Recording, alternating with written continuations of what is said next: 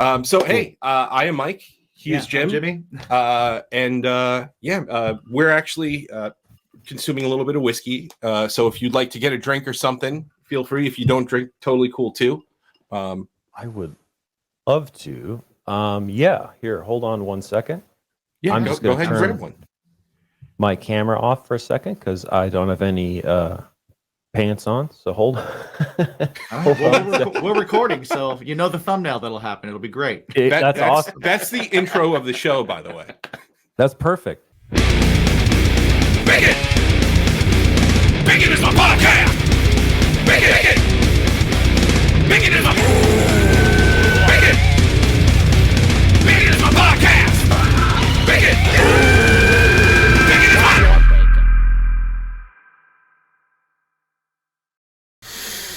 Resist the urge. What's up, people? Hi.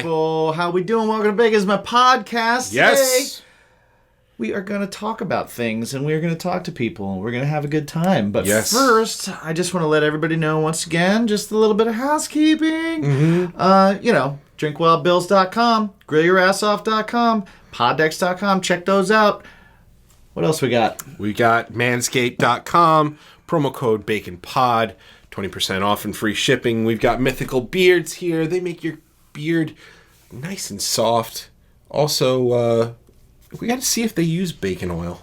Yeah, we'll have to check with them. We're getting the founder on the show soon. So that'll be exciting. So we'll ask him about the bacon thing. So check out baconofthepodcast.com. Bacon15 for 15% off. Yes, check out baconofthepodcast.com for the most up-to-date deals and specials. If we can save you more money, we will. How was your week, man? Man, it was pretty good. Yeah, it's pretty cool. Pretty good. We got some things in the pipeline that I'm pretty excited about, and hopefully we can share them with you guys very soon. Yeah, if you guys are over on our Patreon, thank you guys for being over there and hanging out and supporting us. Yeah. You're getting those early episodes and that early music and all that kind of fun stuff. And if you are some of the people that are over on our Twitch channel that have been watching us do the entire process of rewriting and recording the songs for whatever we're going to do with it. Thank you guys for being over there, and thank you for coming over here to check out the podcast. We do appreciate you, and if you're just a listener of the podcast, you are badass. Thanks for being here. We appreciate you. Yes, absolutely. So today, we've got a pretty badass, awesome person.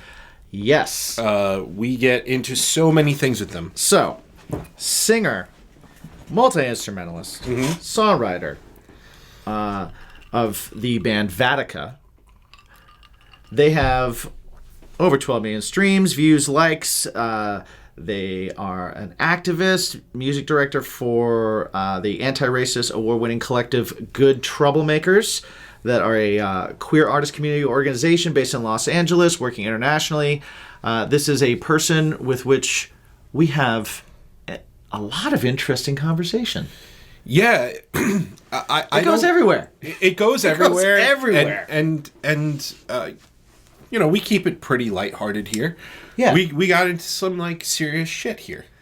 Yeah. We got into some really serious stuff and some great points. It's interesting because you can talk about things. You can talk about the way that the world works or has historically worked. And you can hear those conversations from a lot of different perspectives, but we tend to hear things from usually one of two perspectives, either for or against a lot. We get to tackle some of those conversations within the realm of music and how it happens with artists and movies, and it's in the genre of entertainment. So it's a different lens with which we're having little bits of some of these important conversations. Right. And we don't get political on the podcast, and we don't try and shoehorn or force ideas. But I tell you what, we don't shy away from them either. So no. I was really happy to have the conversation. I thought it was really cool. I learned some things, and I did too. I thought I love getting perspective. Absolutely. That is kind of what life is all about. Absolutely. To me. We're definitely going to have Alex back on because they're awesome. Right. And and there's so much more I want to ask about the especially we talk about writing to movement. Yeah. With their partner. She is she's a dancer, body movement artist, and which I want to learn more about what that is. Alex talked about playing guitar to that, and the feeling and stuff like that. Call response. I want to know, how do you movement. Tap into physical movement while you're playing? That's such an awesome exercise, and we only did like a tip of the iceberg with that. So we're definitely having Alex back on. Yeah, it was a great episode. It's a pretty long episode. It is a little long, yeah. I mean, they like to talk, and we like to talk. The 7 questions was a long 7 questions, but they're a great guest, and we appreciate you guys happy. hanging with us for some of these. We know we've done a few longer episodes lately. We've tried to make a conscious effort to make things a little bit shorter and a little bit tighter for you guys. But honestly, when we're having a conversation, and we touch on it briefly too. It's like the idea of when you're making art or you're making something or you're doing something you're passionate about, at what point are you doing it for to try and keep it in a format, and at what point are you just kind of letting it fly and doing it for yourself because of the process? And we've had some longer episodes, and if you've stuck with us for those, we appreciate that. We're going to have long ones. We're going to have short ones. It's just part of it. If we get into a conversation, I think that we owe it to ourselves to not box that conversation in, and we also owe it to the people that are listening to give you the full scope of a conversation that we can have. You know what I mean? Absolutely. So that's my little soapbox of that. Let's do it. Alex from VATTICA. Yeah. Right now. You bringing us in? Am I bringing us in? Yes, I am. With your sweet baritone? No, I'm not. Not the baritone, but welcome. Now I want to hear the baritone. Come on. Okay. Can you get down here even lower? Hey. No, that's all. That's it. all I got. It's not really a baritone. It's pretty good. He kind of works it up every show, and it's like a low tenor. I under deliver all the time, every time. That's kind of what I do here. In that way, you're consistent. Consistency is key. That's what they say. Right. That's what they say. The infamous they.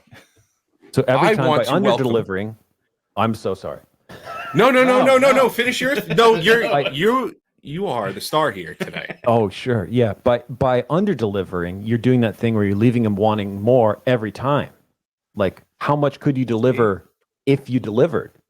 It's a question that the fans want to know, but you keep them guessing by.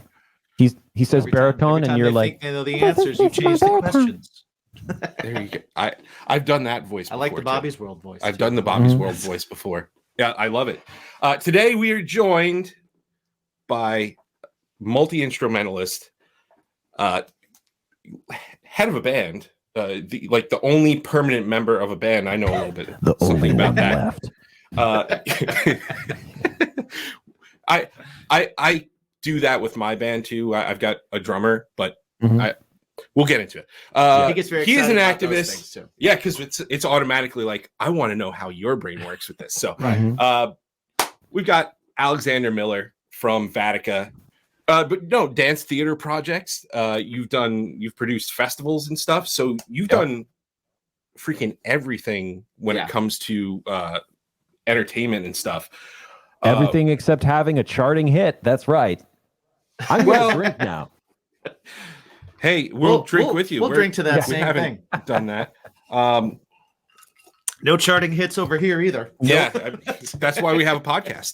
That's right. But dude, thank you for joining us. I know that you're probably busy. You just put a new single out, Back to Life. Yes. So, it's awesome. I heard it. Got to read your email. I checked the emails today and I didn't see it. Okay. Yep. You got to check the emails, buddy. Son of a bitch. But I enjoy it, and like even deep diving into your older material, it's all consistently good, Yeah. and that is why I have you on the show, because we could do what we used to do, where we just kind of had everybody on, but now we're able to be a little picky We're a and little choosy. pickier So these days. I'm super I see. excited that your music is awesome. Thank you. But Me too. yeah, so Yeah. tell me a little bit about your approach to the band thing, because Yeah.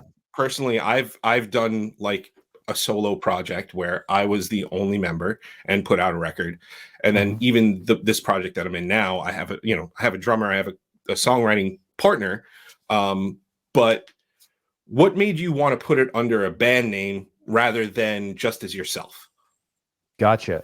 So that's a super long story, so I'm going to give you the short version. Well, it took me take a really little long bit. time to get just to that question. So however long I like you it. want to do. You had me in suspense the whole time. It's a good storytelling technique. Me too. Leave Me them too, wanting actually. little. I'm Yep. in suspense always. Leave them wanting little. The shortish-ish answer to that question is me and my best friend at the time moved from the Bay Area to Los Angeles. We'd already been in a bunch of bands together. The scene was drying up north, so we moved to LA to be closer to the labels. We started a band. We auditioned. Craigslist was still a thing, so we found a bass player off of there, and we rehearsed and wrote and rehearsed and wrote, and then started playing, built up a fan base, started playing the Sunset Strip exclusively, sort of like showcase style, attracted the attention of an indie label. That indie label signed us to a record deal, and then within the first year of that deal got bought by Sony. So then we were on Sony, and then within that time, the problem was the person that was the head of the indie label was still in control of us, and turned out to be a horribly emotionally abusive person who would do things like sign bands just so he could have power over them, just so he could not release their things. He would do things where he'd sign artists that he knew to have addiction issues, and then become their sponsor in AA, because there's no fucking conflict there, right?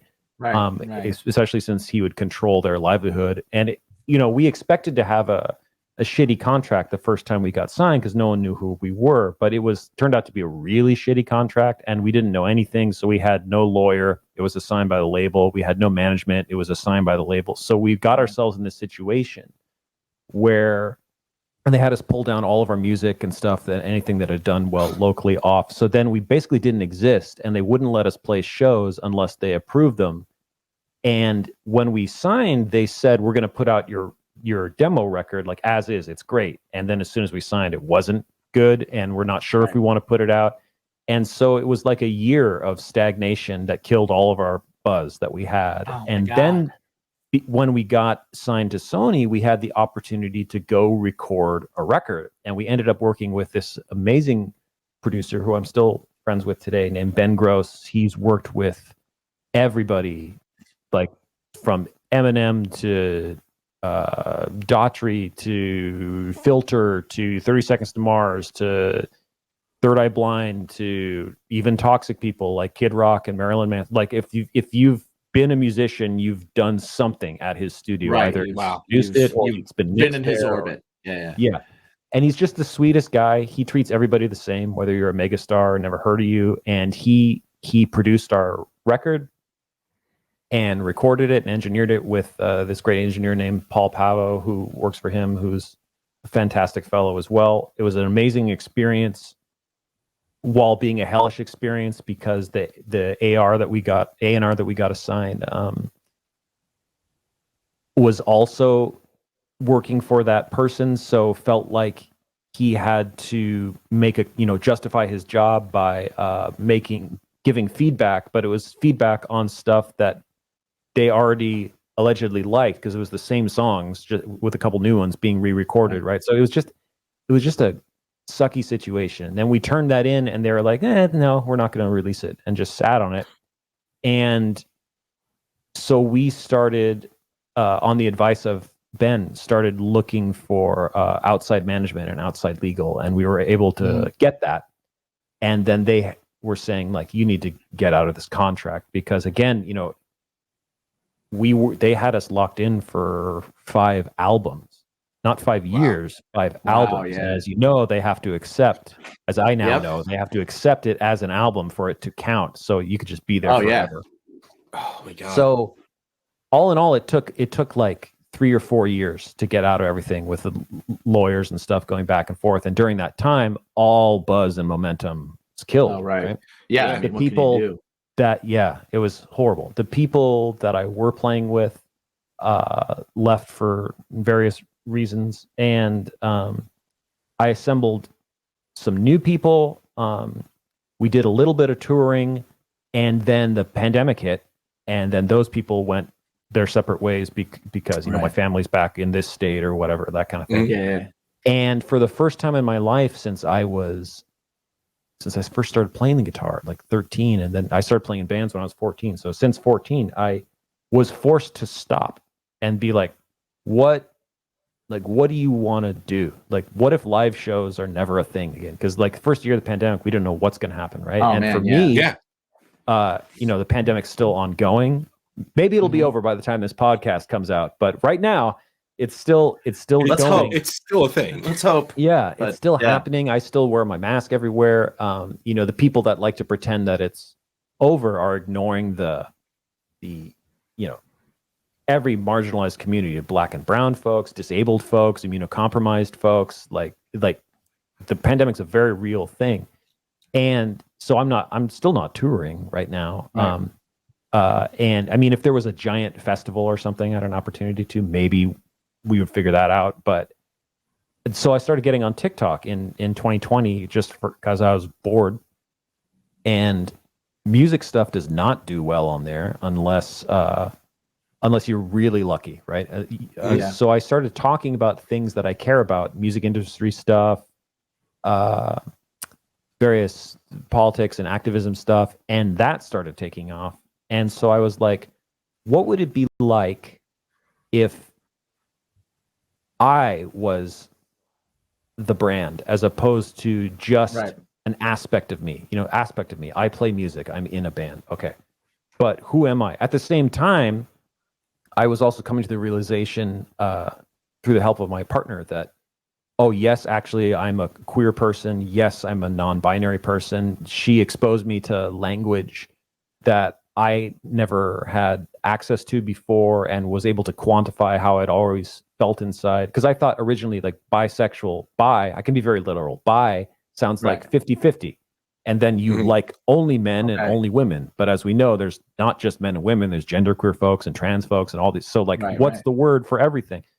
And that's why I use queer now, because it's just sort of the quickest, all encapsulating thing. And as I'm sure you both know, the alt rock scene is full of like some wonderful people, and also like all the jocks that didn't become jocks and became like guitar heads instead, and are just like, oh bro, sick, oh tight, oh fuck yeah, oh yeah bro, wow, oh Monster Energy, Mountain Dew, right? a lot of affliction. There's a lot of bro dudes in the rock world. A lot of tap out t-shirts and passionate discussions about the Joe Rogan podcast. It just makes a lot of great points, just like, oh. So it was an environment that I felt like I had to like mask up and be like alternative rock dude for so long. So not being around that, I think, also helped in like, who are you and what is it that you want to do? And this is the first time in your life that you don't have a writing partner.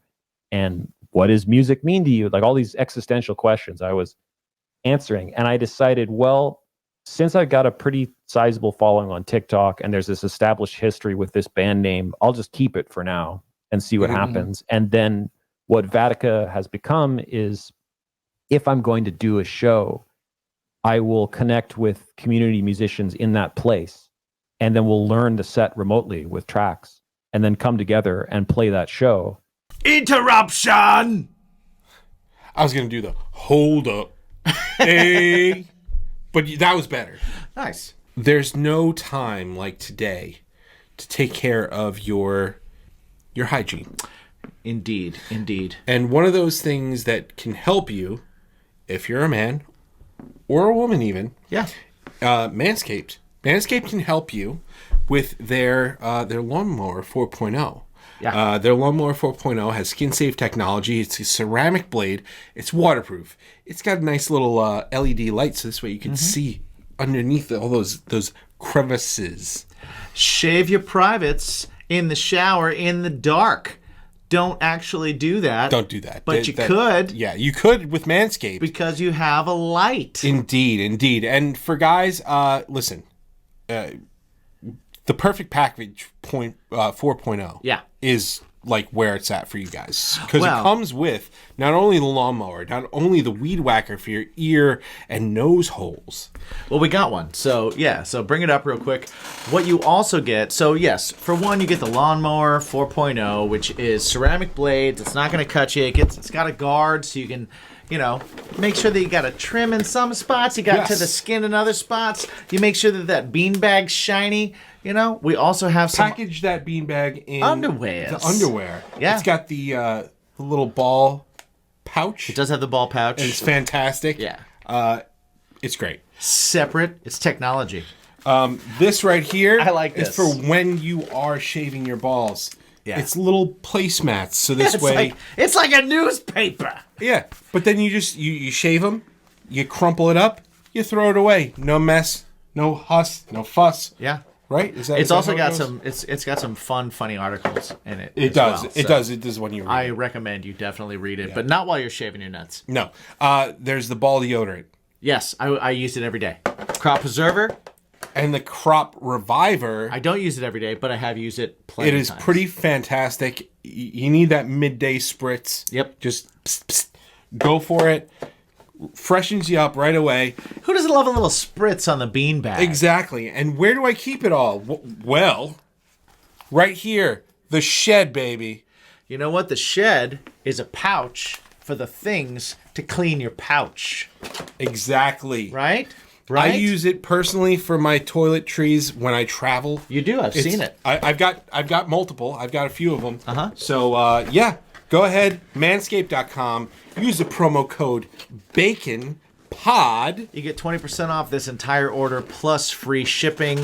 Not only can you get the Perfect Package 4.0, but you can sign up for their program where they will send you new stuff automatically. New blades. Every month, every 2 months, every 3 months. You decide what you need. If you need new blades every 3 months, they'll send you new blades every 3 months. If you want to check out maybe the crop mops. I can't talk about the crop mops enough. They're my favorite thing.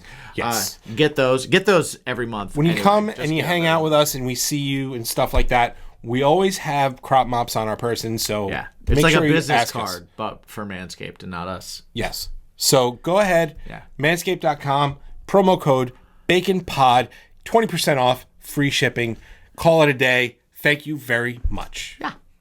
And then go our separate ways. And then we can also do the same thing for their project, right? If they've got a thing and they want to play a show in Los Angeles, I can book that show and then I'll be their guitar player for the day or whatever. And so getting back to the notion of like community and working together, as opposed to, as I'm sure both you, Mike, and Jimmy are aware, like a lot of bands are like, they're really nice to your face, but they'll stab you in the back to take your opportunities, right? And why? Why are we doing that when the people that are actually trying to take our opportunities are the sort of like set in stone labels, and I'm not talking about like all indie labels, but like the big majors, like you're a product, like we were talking earlier in our 7 questions segment. It's like all they care about is how much money are you going to make for them, and it has nothing to do with merit. Right. It has nothing to do with the quality of your art, that kind of stuff. So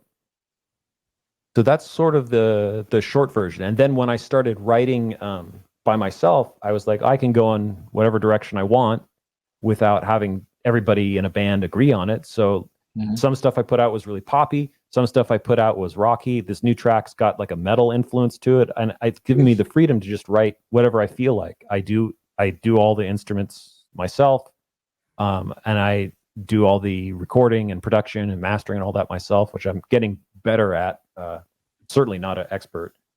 So it's now just turned into, this is my musical artistic project, and I kept that name. And then other stuff that I do is either under my real like legal name, or it's I'll create a persona for that thing or whatever. So it's led to a newfound sense of freedom.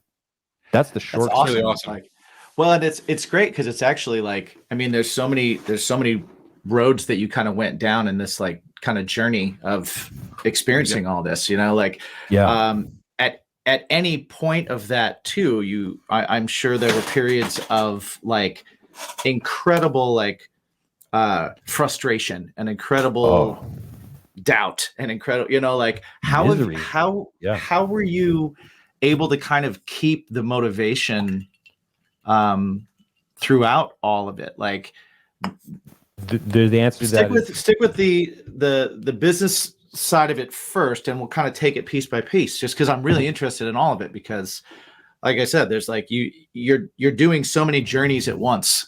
It's at that point, you know. You're talking about while trying to get out of a record contract. How did I trying to get out of a record contract? Yeah, like not how do you keep the motivation to what do you write about during that time? How do you keep that? How do you keep yourself creative? How do you, and then while you're also wrestling with, you know, all the self-discovery and finding out who you are, or being comfortable with who you are, and all those questions that you're answering at the same time. How do you kind of keep that? How did you keep it together? Because there was a lot there. Yeah. The large, most important part of the answer to that question is my partner Kai Hazelwood, who I met in late 2016, and we immediately were drawn to each other, and we're still together now. And she's another sort of like does everything type of. She's a dancer. She's a movement artist. She is a choreographer. She is an activist. She is the head of a nonprofit. She is the creator of Good Troublemakers, which is the artist collaborative that I'm a part of. Allowed to be happy to be a part of with her. She is a revolutionary. Like there's so many things that she does. And really it was the dual fact that she believed and believes in me, and then also she gave me the opportunity to be musical in other places. So like she used to, before the pandemic was happening, her and her dancer friends would get together every Sunday for what they called Sunday Fun Day, which was just like an improv moving around. So basically a jam session, but for dancers.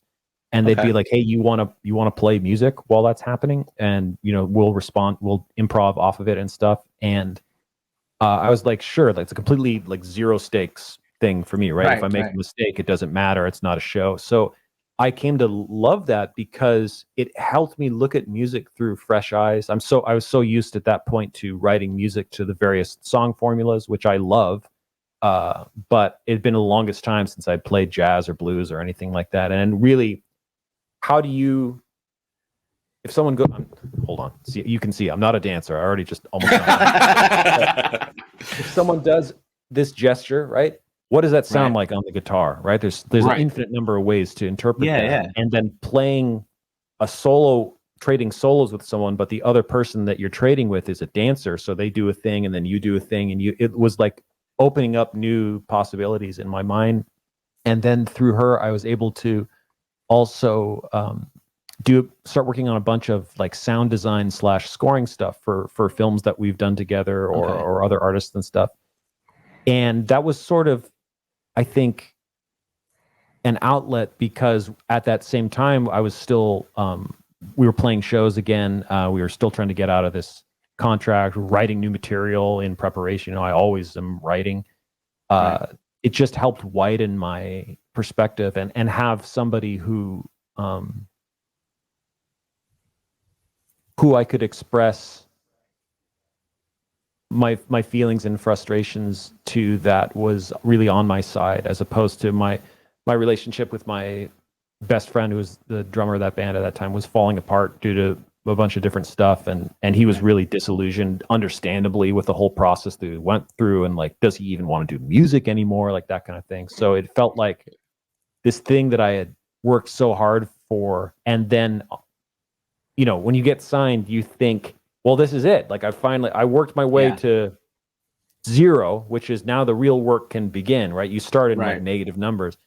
And then it was like, not only is the real work not going to begin, but you're going to have some extra work, which is you're like suing your label, trying to get out of it. And it's just going to take forever because they don't fucking care, right? And so it was like, am I even going to be able to like play music again? Like, is this it? Like all those kind of questions. Am I going to be allowed to do the thing I love? love? So, and you get into this catch-22 where, since you're still signed, no other label wants to mess with you because they don't want to mess up any existing relationships or deal with that drama. But the label that you're on isn't going to do anything for you because you're trying to get out of the contract. So you're just in this limbo where, like, yeah, play locally. That'll be fun. So yeah, I mean, a lot of depression, a lot of anxiety, a lot of hard times, but also, you know, I have a really supportive partner. And then the second part of that is music's who I am. Like, if I could take away music, that's like 70% of who I am. I really don't know what else I would be. I'd certainly be an activist. And, you know, I love like animals and gardening and stuff, but like I've been doing it for longer than I haven't been doing it. You know, I started playing music when I was 6. So what would I be if I didn't do that? And I was learning how to detach the idea of playing and enjoying music from, well, I have to be famous doing this. I have to become the biggest thing in the world. That is, the deck is so stacked against you for a whole variety of reasons that coincidentally I talk about in my series Self-Made is a Toxic Myth, which is on TikTok every week. Check it out. About the music industry. Yeah. But how it's not merit-based, how no matter how hard you work, how talented you are, all of that is going to get you to a wall where, if you don't have a gatekeeper let you in, or you don't have the money to buy your way in to these top tier services, whether it's the top tours, whether it's labels, whether it's the system that's controlled, it doesn't matter. You're not going to be getting through. So then what's going to make me happy if that's a crapshoot, if there's no guarantee that I'm going to ever get back to those resources? And the answer turns out to be writing and releasing songs on my own terms, that I'm in love with that song while I'm writing it.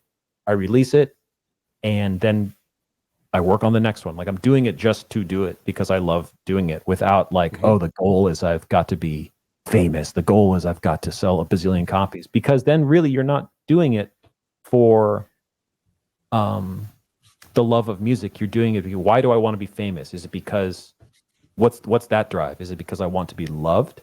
Does playing to a large audience, is that going to fill a love hole for me? Or is it about respect? Or is fame about money? Or like, there's easier ways to get those things in life than becoming the next Green Day or whomever. Right. See, I love that answer. It also brings me to a question that I had written down to ask you, which I thought was interesting. I relate a lot to a lot of what you just said, you know, like, kind of hitting that same wall around the time the pandemic happened, where it was like, okay, I've been touring and releasing records in a band for longer than I haven't been. And I've you know, done this and given this and tried this and done this and signed this and lost this and blah, blah, you know, all that kind of stuff. And having that same kind of feeling of like, okay, well, without music, what am I? Who am I? You know, like I have no What's idea. My purpose? Right. And then wrestling with, okay, well, if it's my purpose, then, and this isn't the way that it's going to work anymore, or there's no avenue to do it this way, or the avenue to do it this way is shrinking and getting smaller and smaller and smaller due to factors I can't control and will never be able to control. How do you move forward? How do you move forward different?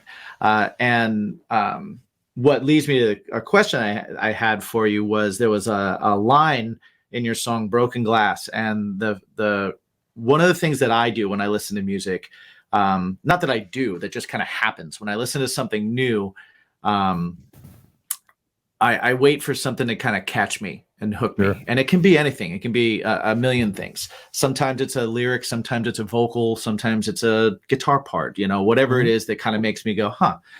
And you have a line that says, I don't even care if you're listening, I just want to make some noise. And That's literally what that's about. Yeah.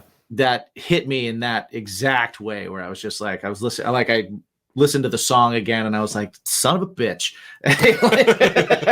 You got me, Slim. It's like, damn it. So, it just leads me to this, like, when you're listening to something, what are the things that kind of hit you, that grab you? Because you have a really, you have an amazing voice. You have a great Crazy range. yeah. Oh, thanks. And, but again, like, and this is not to take away from your voice or range at all, but there are a lot of great singers. There are a lot of great guitar players. There are a lot of great songwriters. To me, it's got to be the way that you turn it. You find a melody, right? When you find a melody and you hook onto your way of communicating what you're trying to say to people, that's what kind of separates someone who can sing really well and can communicate and can write a song well. And so what I wanted to ask is, one, what kind of stands out to you when you're listening to stuff, but also where do you get your melodic structure? Is that from being a teacher and being someone that knows, or is that just coming out of you and you're hearing things a certain way and you're creating things a certain way? Sure. So to the first part of your question, the thing I look for across every genre of music is feeling. What makes me feel? And to your point, that could be the vocal, that could be the instrumentation, that could be arrangement, that could be the lyrics. Like who knows?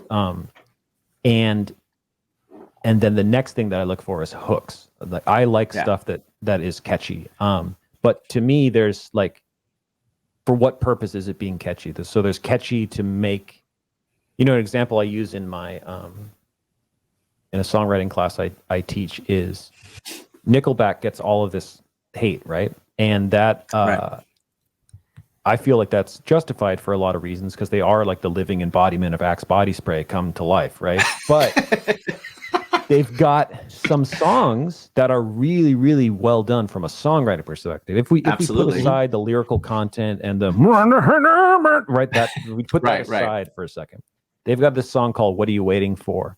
Within the first 2 seconds of the song, we've heard the hook line twice, and it just that trick alone, like if you were to stop it after 2 seconds, you'd have the hook stuck in your head.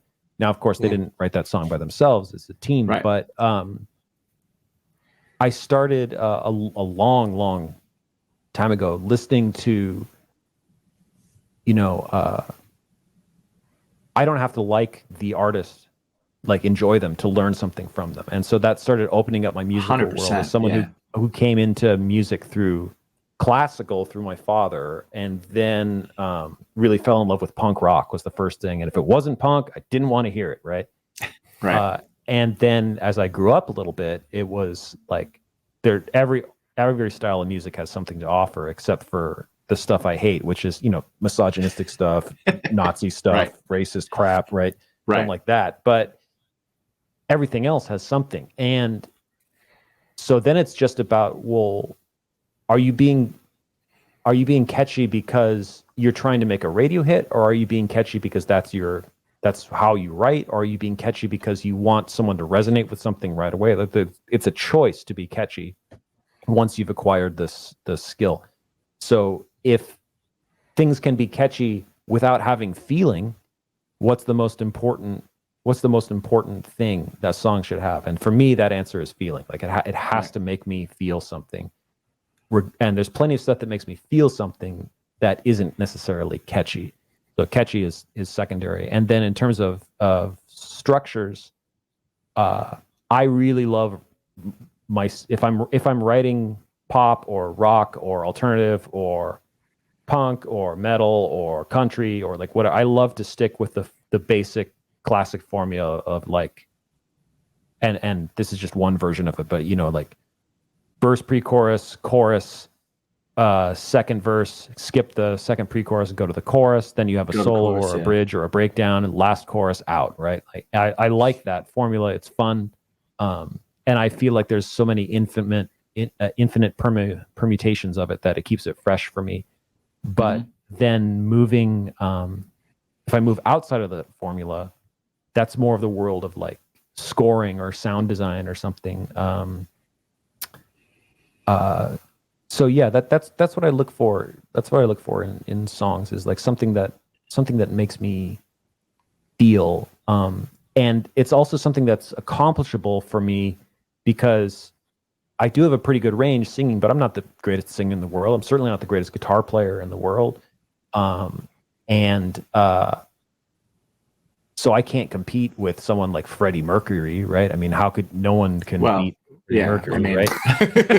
So, and then if I'm not trying to be the most technically impressive person, I want to make sure at least somebody feels something when they hear one of my songs. And something Kai taught me is that can mean imperfections. Like the song Broken Glass that you're talking about, there's stuff that's technically out of key in there, or my voice is cracking, but it adds emotion to it.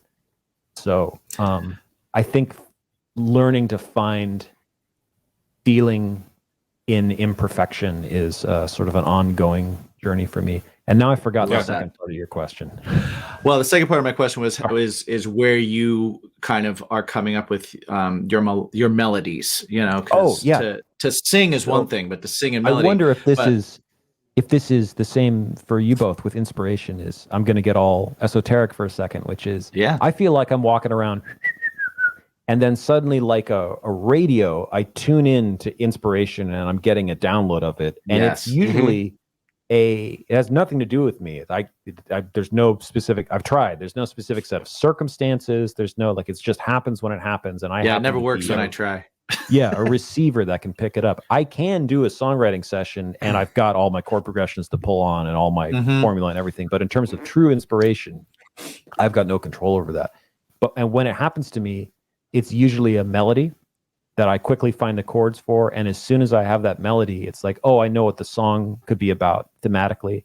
And then the arrangement just goes like poof in my head, and it's just up to me to like do it. Yep. I that is exactly my process. And it's funny too, because Jen always talks about, she'll always say like, are you hearing the music? Is like, if you are, go outside, go do your thing, do what you need to do, get it out, because otherwise you're not going to be able to think for the next 2 hours unless you're worthless unless you do something scratch on the computer. So voice memos are your friend. We have this talk with a lot of writers. Yes. We're like, what are your best? What's the first like title in your voice memos, or what are some of your better titles that you have in your voice memos? And we're all like scrolling through them. And that's the thing. This is the first time I've ever been in a relationship with another artist, and I think one of the reasons it works is because we're of different, complementary but different disciplines. You know, so it's I don't know if two lead singers does that work? I don't know, but so she. I mean, we're okay. All right, we're doing okay. Spoon? Who's the big spoon? Come on. Depends. It depends. Depends on the coin toss. Okay. We're unselfish. Yeah, I like it. So she'll have, my partner will have inspiration the same way. It's like, it's happening now. She's in the process of writing a book and then also working on her next dance performance. But it's like a movement piece. So she composes differently in that it'll be over the course of years, which is her process. But the same thing, she'll be like, it's 2 a.m. Whoop, here it is. I need a laptop. I need to write, or like I need to go in the living room and work it. And the same thing with me. It's like a song idea is I was trying to go to sleep, or I was meditating or whatever. But here's a song idea. I need to go out into the other room and like start writing it. So we're totally understanding of each other when that happens. It's just like go, like do your catch the lightning in a bottle. Do it. I love that. I think that helps it work. I really do. My girlfriend is the same way. She's a singer and a guitar player in a band. She's I'll go punk band named Jackknife Stiletto. Check it out. I say it every Oh, time. nice. Check it out. Jackknife Stiletto. She was just on Tori's show. Yes, she was just on Tori's show. Cool. So it's kind of that same thing where like there's a little corner of our place that has her like electronic drum set up and has her guitars and stuff, and then I've got my little spot, and if anybody's onto something, it's like, all right, do your thing, go do your thing. Talk to you in a couple hours. I'll see you when I see you, you know. And it's but it's cool. It's cool when you have somebody that understands and is understanding of your needs to be able to kind of like shut things out and tunnel vision. I think for me anyway, it's impossible not to. I can't if my attention is diverted, I'm not giving full attention to anything then, and I kind of suck. And if you do, at least for me, it feels like you're betraying part of your purpose. Like you're so I feel so lucky each time I get inspiration, and I'm always worried that it's not going to happen again. That I don't ever want to be like, I'll get the next one. Thanks, universe. But right now, I'm playing Destiny on PS4. Right? Like I need. Right. Yeah, so Jen is not like an artist or anything like that, but I think what helps her understand me is that she's an empath, and she very much is in tune with like how, because for years and years I don't know what the fuck I'm thinking or feeling, but luckily I have her to kind of guide me a little bit. And yeah, she understands, you know, not necessarily in an artistic way, but she feels what I'm feeling, and she's like, okay, just go, you're killing me here.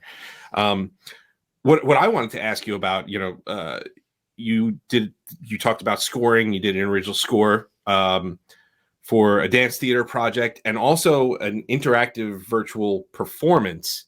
Was that with your partner involved? Yeah, so that both of those things it's a dance film, and then the virtual performance thing is through Good Troublemakers, which is our artist collective. Right. And the dance film is like a legit like film actual thing. Like we filmed it and had like a whole crew and everything, and it's doing like the festival circuit thing right now in that awesome. world, which is also fun for me because I'm also not attached to, like, I'm not of the dance or academic world in any way, so I feel like a visitor there. So it's like I'm a tourist. It's fun, and I just get to like do my art and collaborate with these awesome artists and dancers and movers and people, and it doesn't feel like it has the same, you know, it's not like okay, how many streams did it get first day? It's been out for 24 hours. Like how none of that stuff. So it's really freeing and a beautiful thing. So and it's thinking about how do you, tapping back to that emotion question, how do you communicate? You know, Dear Mom, which is a dance film, is about a queer child trying to come out to their sort of super religious parent, but there's no lines. It's all done through movement and camera angles and choreography, and then music and the sound design that I put in there. And so how do you communicate that, right? There's a metaphor if you watch it where the parent is trying to do what they think is best for their child, but it's really drowning them, like in a literal bowl of water as a metaphor. And so the two people that we were working with, one is playing the child and one's playing the mother character, and literally being drowned over and over again, take after take. What does that sound like from a musical perspective? You know what I mean? Because it can go cheesy really quick. Dun dun dun dun dun dun dun dun dun, like the Philip Glass method. Right. Yeah. So how do you score that? And then do you score it? You know, one of my complaints about a lot of stuff that's being made right now commercially is that there's music constantly the whole time telling you what to feel. Right. And that takes away from, like, if we're watching people act, silence helps so much. And then when music does happen, you're supporting what's going on as opposed to hammering the audience over the head with it the whole time. So you look like you have a thought. No. I was gonna say, Oh. funny enough. I mean, it's not in a film or anything like that. But I watch a lot of paranormal stuff, and I can't stand like these people that just are like, oh, cool, I can pull up a keyboard in Logic and ominous sound. Oh, it's like, dude, you're ruining it. You're fucking ruining it. Well, I think over the past decade or more, music has slowly people have been conditioned to treat music in general as a background constant.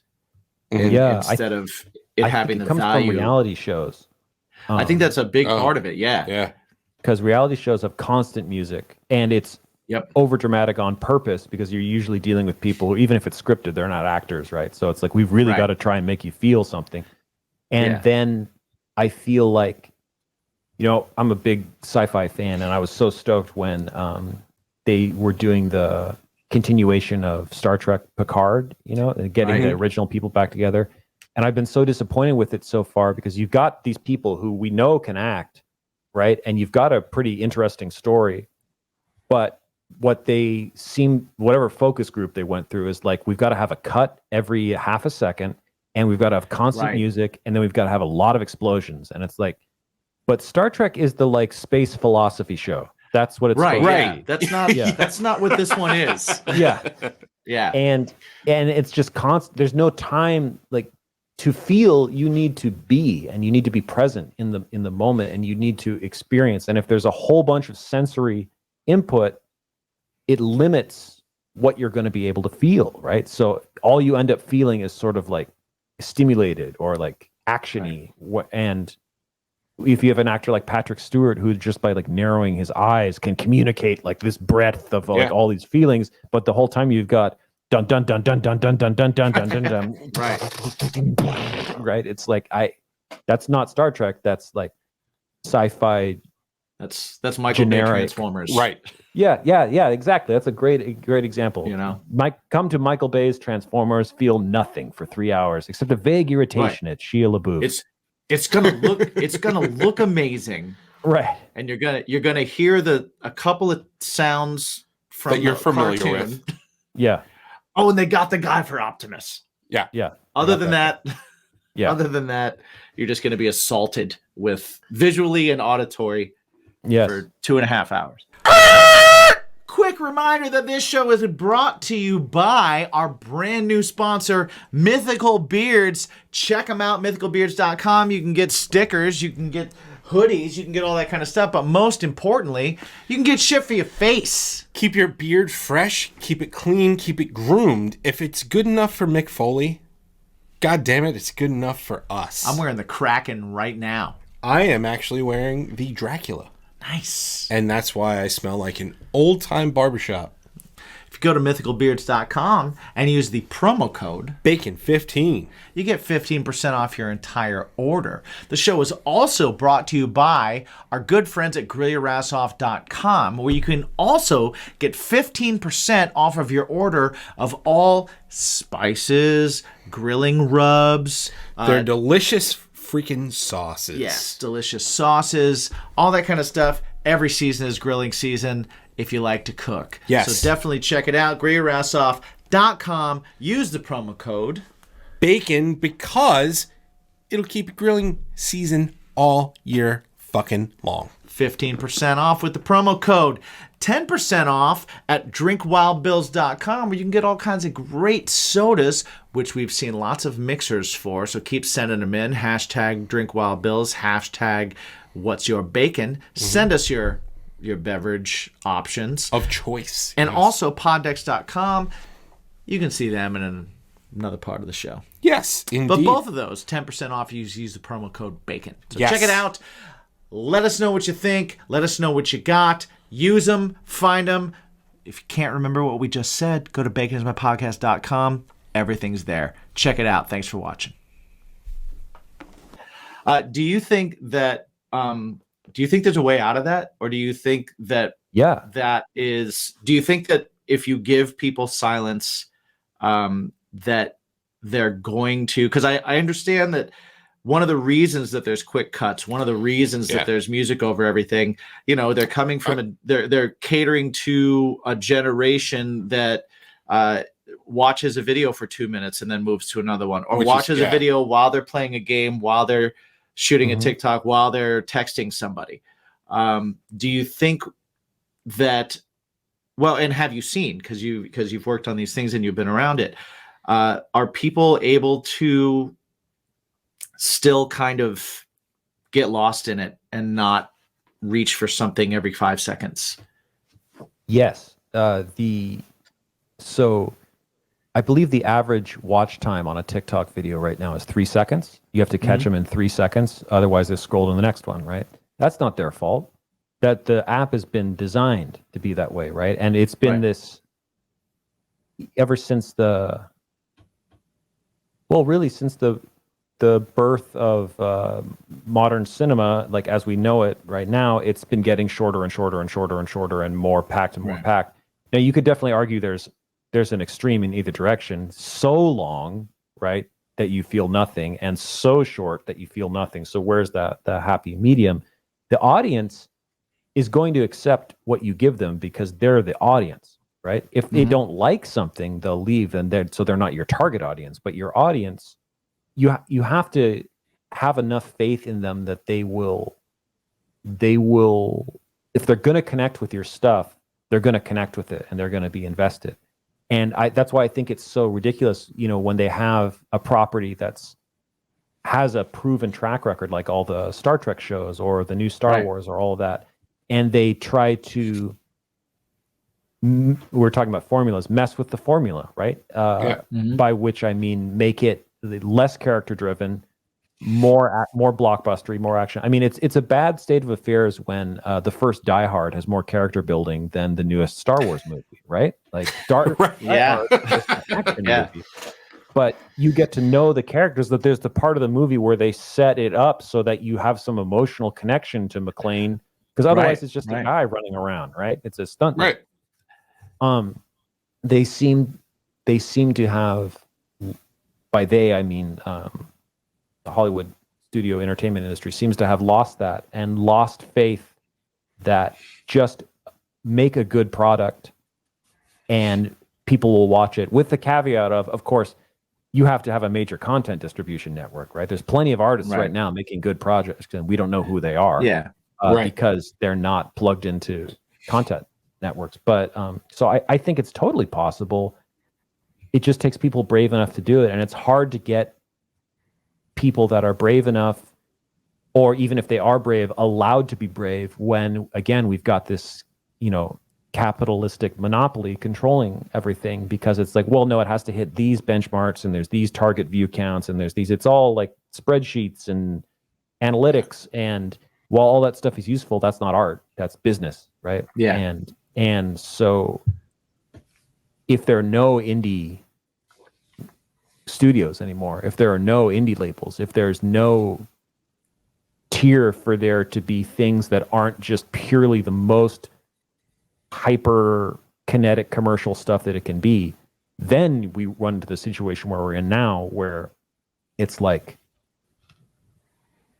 TV shows are screaming at you metaphorically, and movies are screaming at you for your attention because they're so afraid that you're going to put it somewhere else, you know? If you don't have the indies that are willing to take those chances, and the art's just not going to, it's going to become so homogenized that. Well, it plays on the artist's insecurities too, because you're constantly told that you need to hit those benchmarks. And you know, if you're a new artist that's learning how to do something, and you're walking into this world that like you have a little bit of interest in, or you have this artistic ability and you want to share it, where do you go to find the information of how to share it? You go right to all these things that are telling you this formula that's setting you up to kind of like feel like you're doing something wrong if you're not fitting. I mean, we felt that just with doing a podcast. It was like, it should be short. You need cuts. You need more edits. You need this. You need that. And we were like, that doesn't sound fun. I just want to have a conversation with somebody. Yeah. And so it's like you run into like, you have to have either I'm going to deliberately find a way around all these things or you have to have an attitude that says, "Fuck it, I don't care. My audience will find me, and I'll find them. And if it's not huge, it's not huge, and that's not what I'm going for. I'm going for an experience." Yeah. You know, Yeah, and you kind of have to have that, but you have to be confident enough to do that too. And you have to kind of like, not that it's brave. We're not saving anybody. You also have to have the means, right? Being an artist, it means you have to have a certain level of privilege, whether that's wealth privilege, whether that's white privilege, whether that like is straight privilege, whether a whole sort of things. The more privilege you have, the farther you get. If the industry that we've created is, you have to be running through one of these networks or have a day job, right? Like right. You know, I don't know about YouTube, but I've got a day job, right? I teach. Yeah. Even that is a privilege though, right? Because I had to be able to go to school to do that. So that's my parents that are able to allow that to happen, right? And then you start, once you start realizing that all of us, just speaking for American society, have been programmed with this sort of toxic individuality that it's all up to each of us alone in a vacuum, when actually there's no such thing as a self-made person, and everybody's a product of their community and the people that came before them and the people that come after them. Then you start to realize, oh, these systems are closed off for most folks on purpose as a means of control, because if you can control the market, then you can profit the most from it, as opposed to the more diverse the market is, art flourishes, and the more it's controlled by like 3, 2, 1. You know, you ever heard of Bev Corp? Yeah, yes, but I'm not familiar. But I've heard Bev Corp, which sounds like a product from like Cyberpunk 2077 or Blade Runner or something. You know, I work for Bev Corp, but it's a real thing, and it is it's the entity that bought Anheuser-Busch. And so let's say you're a microbrewer, and you want to get your stuff in Vons or Safeway or whatever, and you've got to sign a distribution deal with Bev Corp. So they're going to distribute your product and market it for you, put some money into it. It's like the record label for beers, right? Sure. Yeah. And on the one hand, it's great. Your stuff's going to be everywhere, and it's going to be in airplanes as an option. You know, your tiny little microbrew that's, 12 people are running it or whatever. But 60% of your sales or whatever are going to Bev Corp, and Bev Corp, of course, gets to choose who is worthy to be a microbrewery or not. And if you're not plugged into that system, you can't. There's no like walk down to the Safeway or the Vons or the whatever Albertsons or whatever and be like, hey, can I put my stuff on your shelves and you get a percent? Like, that just doesn't exist anymore, because we allow monopolies to exist. Right. So I think which we're not supposed to. Right. There was apparently something. There was supposed to be against things against that. Well, what if we don't call it monopoly? What if we call it other things? And it's not that. It's not that. Let's just reframe that. It's not a monopoly. We just own everything. Yeah, it's different. Well, and then if you fight Bev Corp will see that you're selling a certain amount. And if it's a good amount, then they'll just copycat They'll just copy what you your got, formula and bury you by putting out the same product. And marketing it to way more people. Yep. Yeah. Well, speaking of capitalism. Speaking of, this is the segue. I like it. I nailed that one, right? That was a good one. I'm the segue guy. That was great. We have some sponsors. We do enjoy our sponsors. And one of those sponsors is a company called Poddex. And what Poddex does is they make decks of cards for people who don't have verbal diarrhea like we do. Indeed. And they put these cards out. They put out decks of cards. Within each deck is 50 cards. Within each card is a question. And what we like to have our guests do is pick a deck of their choosing, and then we pick a random question from it. Oh, okay. So, Alex. So we don't know what kind of question you'll get. You could get all sorts of fun questions in either the interview deck, the interview deck 2 episode deck, what the heck, would you rather, what the fuck, and how dare you? Yes. Which one of those decks would you like to I pick from? gotta go with how dare you. How dare you? It's got to be said like Mr. Bighead from How dare Rocco's you? Modern. There we go. Yeah. There it is. See, so yeah, I'm gonna go shuffle these. So he's going to shuffle Explain. those. I will let you know that these decks could be anywhere from a completely benign, like that's the dumbest question I ever heard, to like, what did you just say to me? We don't know. It could be anything of the above. So we'll figure it out. We had someone pick like 3 different questions, like Because there was such bad. But I will say, if you do go to poddex.com, you can check out the decks. They have an app. They have swag that doesn't chafe your nipples. They're nice shirts. Use the promo code BACON. everything's better with bacon. Yeah, if you do cart, use the promo code BACON, you get 10% off. What if I want my nipples chafed? Then you have to get different style T-shirts. Yeah. Damn it. You gotta go get Yeah. that Gildan. You grab the shirts outside the concert at the gas station across Right. the street. Yes.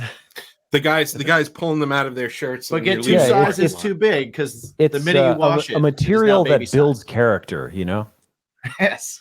I will say I have like old Gildan from my old like 95 Chili Peppers tour shirts and stuff. Here they are 20 some odd years later. They feel great. Yeah.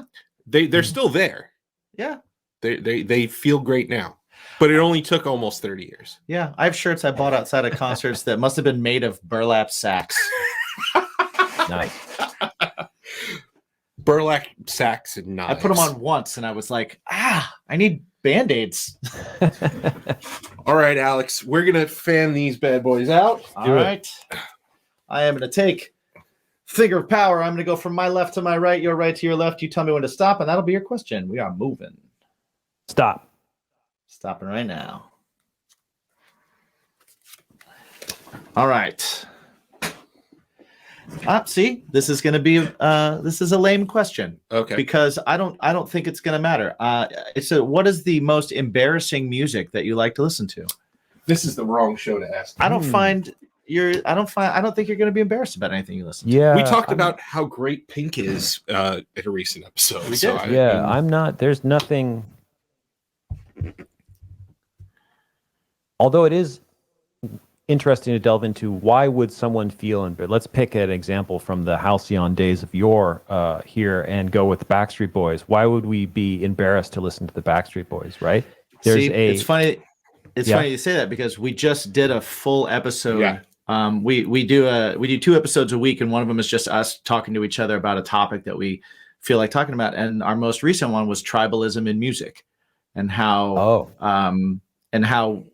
you're kind of like when you're growing up, it's kind of like certain people are like preconditioned to. Yeah, if it's not this, if it's not this, then there's something wrong with you if you listen to this, and or people are like they just don't listen to anything from a certain era because it's not their era, or completely demean something before they even listen to it. I hate that. It's like metal's like that a lot. It's like we only listen to metal and that's it. And or like I found especially Pantera fans, like, oh my God, they're like so like close-minded in general. And I think that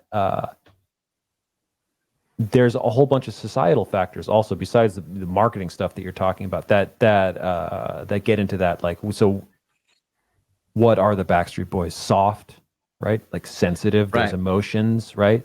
Well, we in this society we live in, we've got the toxic masculinity going on, and if you're programmed to be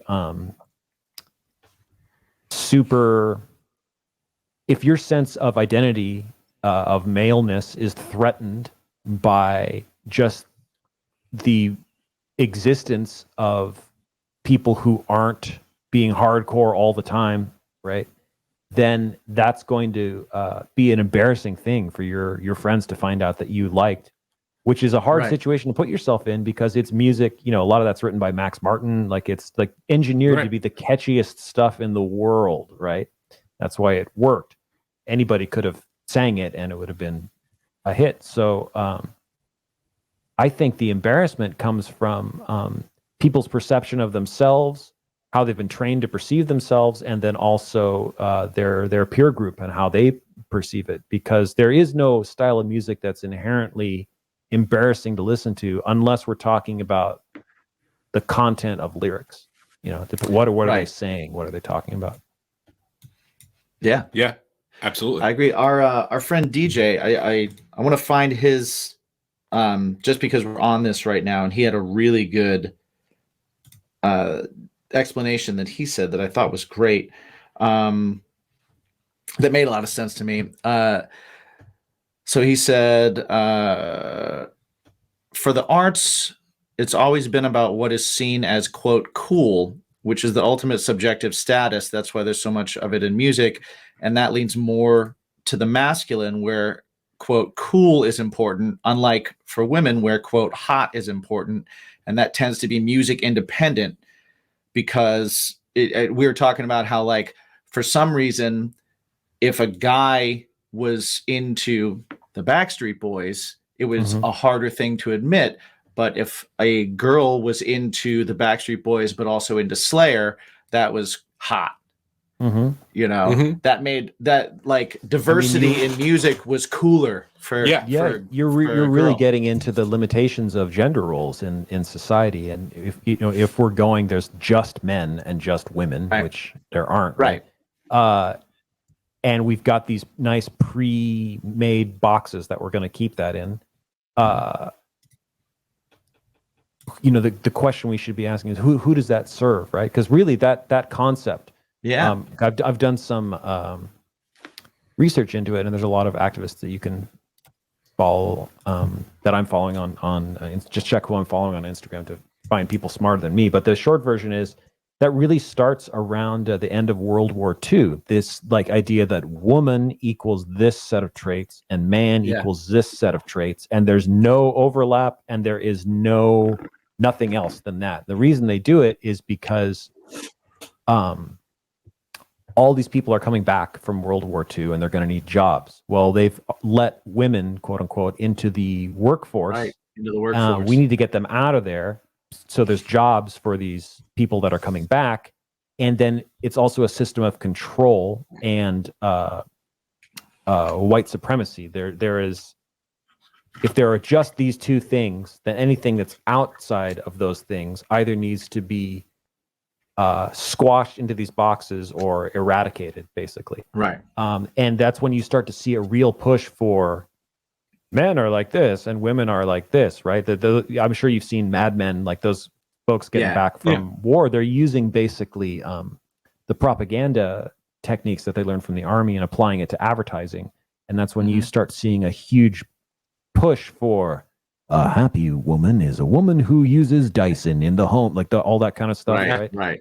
And we're feeling the effects of that today still. I'm late to the party, but realizing that not only have non-binary people always existed, but trans people have always existed throughout society and other cultures and all through the different centuries and stuff. Like there's this mindset, specifically with folks that are anti that, it was only invented within the last 12 years or something, right? Right. No, right. It's only been suppressed for about 200 years. Yeah. But if you look at other cultures, indigenous cultures to this country, Native Americans, multiple different types of genders and different roles in society. If you're looking at Romans, if you're looking at the Greeks, if you're looking at Black folks, there's a whole range of people, and it's we keep coming back to the same two things really that sort of ruin everything, whether it's art, whether it's a person's existence, right? It's capitalism and it's sister racism or white supremacy, and that's what America is built on and founded on, and we're all living with the consequences. So there's the people that are trying to unlearn and dismantle those systems, and then there are the people who benefit from them, or even who benefit from them and don't realize that they benefit from them, that are trying to defend what they think is they're going to lose by some things being somehow more inclusive or more. They think that Yeah, Yeah. I always found that idea very odd, that to help raise someone else somehow takes away from you. It does if the you is you control everything. So like if we look at white Well, folks, okay, at the yeah, top that does of make sense. all labels are white folks. At the top of all systems of power, the justice system, the government, the corporations, all white folks. Mhm. You do stand to lose something if stand to lose power if you control everything. But what you're losing wasn't yours, wasn't ours to begin with, right? Like if Well, we look yeah. at this podcast right here, you've got the power to invite a whole wealth of other people, of other backgrounds, other races, all sorts of stuff on, right? If you're doing Mhm. that, that is, I would say, more disruptive than like the Bill Burr podcast, where he only invites people that look like clones of him onto the podcast over and over. You know, he's not Right. changing anything. Right. Sure. So all of us, someone smarter than me said that we're all influencers in our own community, and each of us has the power to affect change in the ways that we can with the energy that we have, the privilege that we have, to the extent that we're able while we're all living under these oppressive systems of toxic individuality and capitalism and white supremacy and, consumerism and all of that. So it can be as simple as when you go to Trader Joe's, are you a dick to the cashier, or are you nice, Right. or are you neutral, right? Because Right. how you interact with that person has ripple effects. It might not be huge, but it's huger than you think. It's not just a lot of people I think most people go through life thinking they're the main character. There is no main character. It's just all of us. You see it on the freeway when people are driving. Whatever's behind them doesn't exist anymore. Everybody's had somebody cuts you off, right? And they cut you off, and then you only got a car length in. You're not getting Right, any faster. The 4 or 5's closed, right? But it's like, oh, I've gotten farther, and the stuff behind me doesn't exist anymore. And we've all been conditioned to go through society like that. Like it's everything. I got to tell you, Alex. Yeah, you should try driving in New York, because no, you only people walk behind you, to the sides of you, and to the front of you don't exist. Yeah, at all. Right. The thing I like about New York is that it's not a personal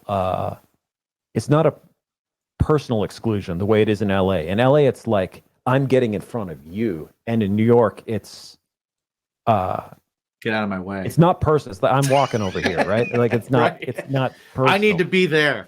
Yeah. Okay. You could be a person. You could be a wall. Yeah. You can be. I'm going by. Yeah. I'm getting around you. Yeah. Yeah. No, I get it. It makes a lot of sense. It absolutely makes a lot of sense. We hit on like a lot of stuff here. And like we're talking about a bunch of stuff that was kind of serious and stuff. Yeah. But what I do want to ask him about is my dad is a Trekkie as well.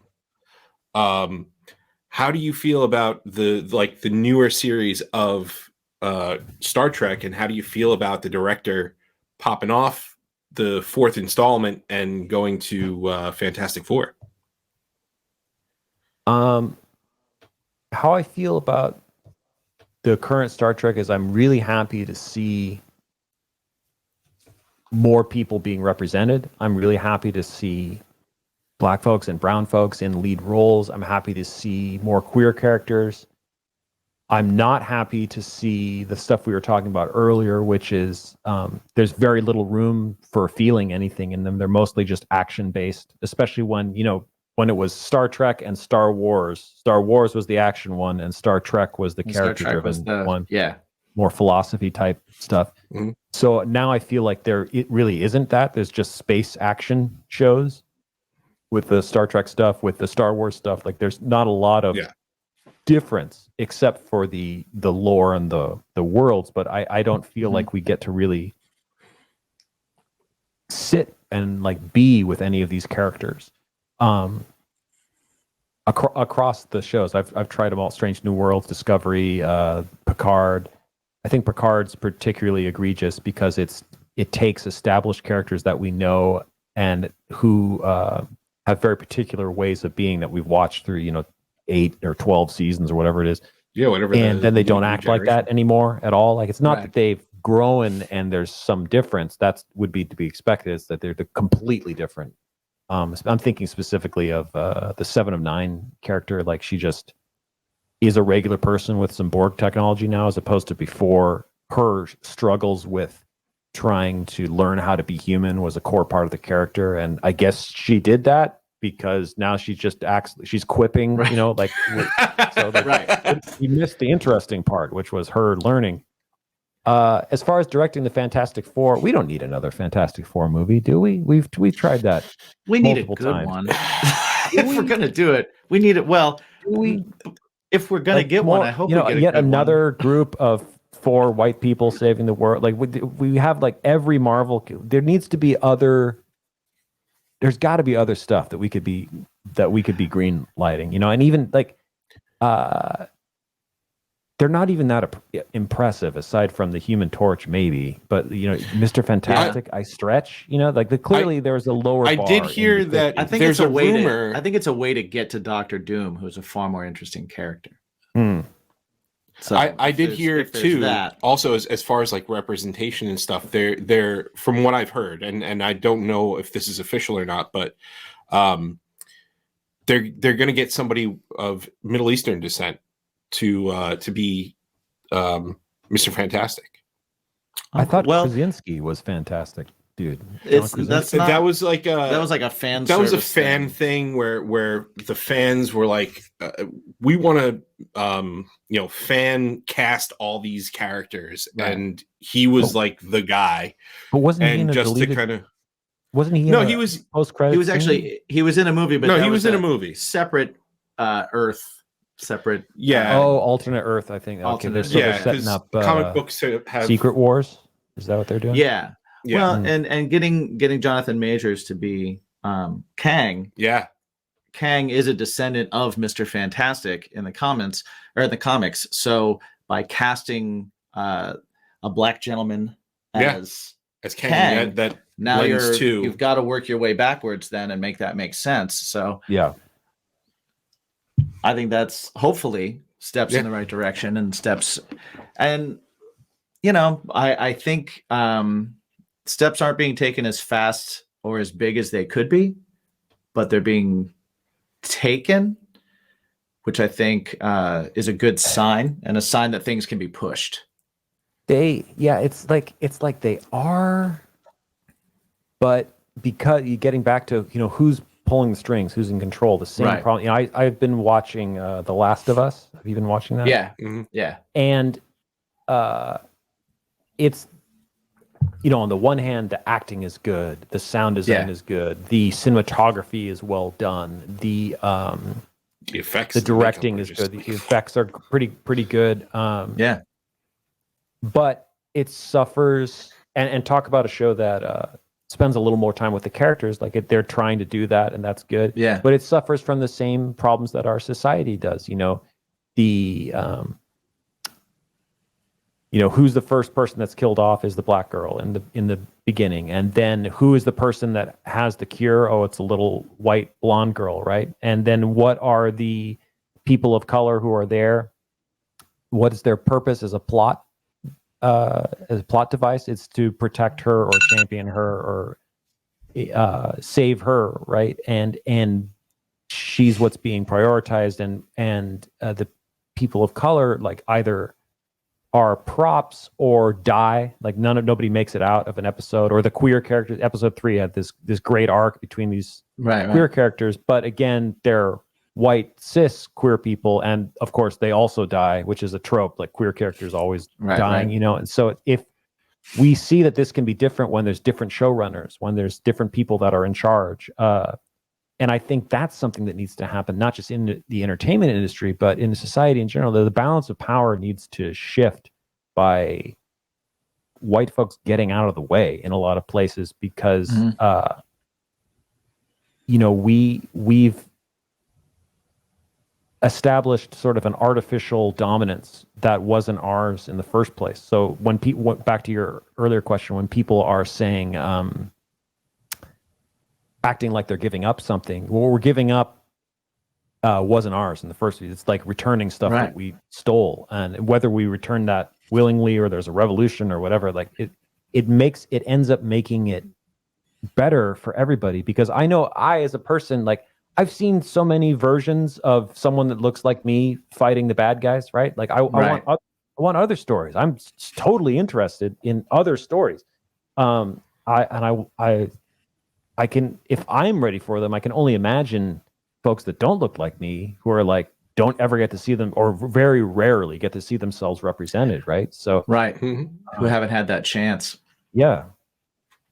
So that's why when I hear like, oh, a Fantastic Four movie, but this time it's gonna be, it's like, okay, but what about something new, right? I think that's the theme of today's conversation is let's take chance on new stuff, and that's hard to do when capitalism only cares about the current quarter. There's capitalism and also no original ideas.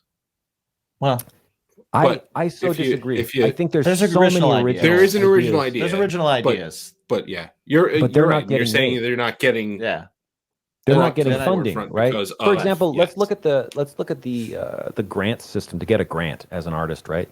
Well, first of all, you need to know how to write a grant, which I don't know how to do. I've watched my partner do it all the time, right? But that's a specific skill. So. Yeah, if you don't have a combination of money to learn like how to do it, and then also, is that how your mind works? Are you able to understand grant writing? A lot of verbiage, a lot of, but like even just that's a specific, just like someone who's good at reading contracts, like you have to be, that has to be one of the ways that your mind works. It's so right away, we've got a barrier there when the purpose of a grant is supposed to be to give money to create something, right? Give money to people that don't have that money to create a thing. So why are we having this artificial benchmark set there, right? Who put that there? And then why is that there? And then what kind of people are we letting in? And is it the same stuff over and over again? It's mostly like white blonde people, right? Able-bodied people. So we, no matter where we look, we can't escape these systems that were put into place before any of us got here, and then continue to be perpetuated. But what we can do is, in each of our ways that we're able, work to demolish them and to tear them down. And I think one of the pluses of that, there's so many much more important pluses, but one of them is that we get better TV shows. We get better stuff. Right. Yeah. More interesting stories, because it's not the same story. Better music, like everything. Yeah. Absolutely. For sure. Absolutely. All right. Well, we're going to have to wrap this up. We could definitely talk for way longer with you. Yeah, we 100%. Go for another drink and talk a little bit longer. So we may have to revisit this and do this again if you're interested in coming back on. I am always happy to. You are absolutely welcome on anytime. Oh, thank you. Have I got the bacon blessing? You've got the. That's a thing. It is now. Okay. That's a your thing. Show, right? The blessing of the bacon. Bacon bless. BB. That's alliteration. We can invent a religion. Yeah. Who hasn't? Jedi. Who hasn't? True. Jedi's a religion, apparently. I'm an ordained Jedi. Yeah. I am. There you go. I can marry people with that. That's fantastic. Yeah. Thanks so much for having me. Yeah, thank you so much for being on. This has been awesome. It's been a very cool conversation. It's been super fun. Before we let you go, please let everybody know, once again, where they can find you online, where they can find everything that you're doing and catch up on everything that you're up to. Yeah, I am active on TikTok and Instagram at VATTICA, VATTICA. I was active on Twitter, but not since a billionaire bought it. It's gone to hell. So and I never on there anyway. Too. Yeah. And then you can go to officialvattica.com for all your Vattica needs. My song Back to Life is out right now. Please go stream it, add it to your playlists, force it upon your grandparents. Just every stream helps. So I appreciate that. Yes. And, do it. That's it. Awesome. Excellent. Thank you so much for being here. Everybody, thank you for listening. Thank you for taking part. Let us know what you think in the comments. Let us know any questions that you have. Thank you for hanging out with us. And remember to ask yourself every single day, always, one question, that really important question. What is it? It's very simple. Adds a little beat to your heart. What is it? It adds a little skip to your step. I like that one. What is it? What is that main course or that side or that thing that helps you get through the day better? Alex, do you remember what that question was? What's your bacon? The voice, too. They got the voice down. Yes. Love it. You need to put in All the audience saying it at the same time, you know, like Wheel of Fortune. Totally. What Your Yeah. bacon. we usually get the bum, bum, bum, bum. Yeah. I gotta get. Yes. That was a great episode. That was a great episode. Again, Alex is welcome on anytime. We had a lot of fun with them. It was a lot of stuff. We covered a lot of things. Thought-provoking. And within music and entertainment and stuff like that. So Alex is a welcome guest here anytime. Jimsy, we got to sign off here. Yeah, let's do this quick. So- So you can find me at Jimmy G's Shoes on all the socials. You can find my band Craving Strange at cravingstrange.net. That will take you to all the socials. You can find us, Bacon is My Passion. Our music is on all the streaming services. You can also check it out if you just go over to baconismypodcast.com where you can It's a find tiny portal to everything. Yes. Everything from episodes here to links to our Patreon, to links to our sponsors where you get all the best deals, also to links to the Twitch where you can just jump in and watch us do this whole process of writing and recording and creating this EP or these singles or whatever it turns out to be. Yeah. You can be a part of the whole thing. Thank you guys so much for all the support and everything that you already do. Where can they find you, bud? I am at Me My Own Self Mike. That's my personal social media page on several platforms. Also, my band, Something Heavy. We've got something in the works. We've got a new single in the works. It's going to come out soon. But in the meantime, check out our single, Circles. It's out now. At Something Heavy Music on all the socials. And Something Heavy on the DSP, as the kids would say. Yes. Digital streaming platforms. And Indeed. until next time, till Wednesday, Yeah. because that's when the next episode drops, Yeah. right? Next time is We so just- quick these it's a days. If couple you're of watching days. all these, then you are a champion. Champion. Thank you. La champion. Yeah, indeed. I said it badly, but That's it's no, okay. it's perfect. But you need to always remember to ask yourself one super duper importante question. That was weeks ago. What's your bacon? World peace. Shazam.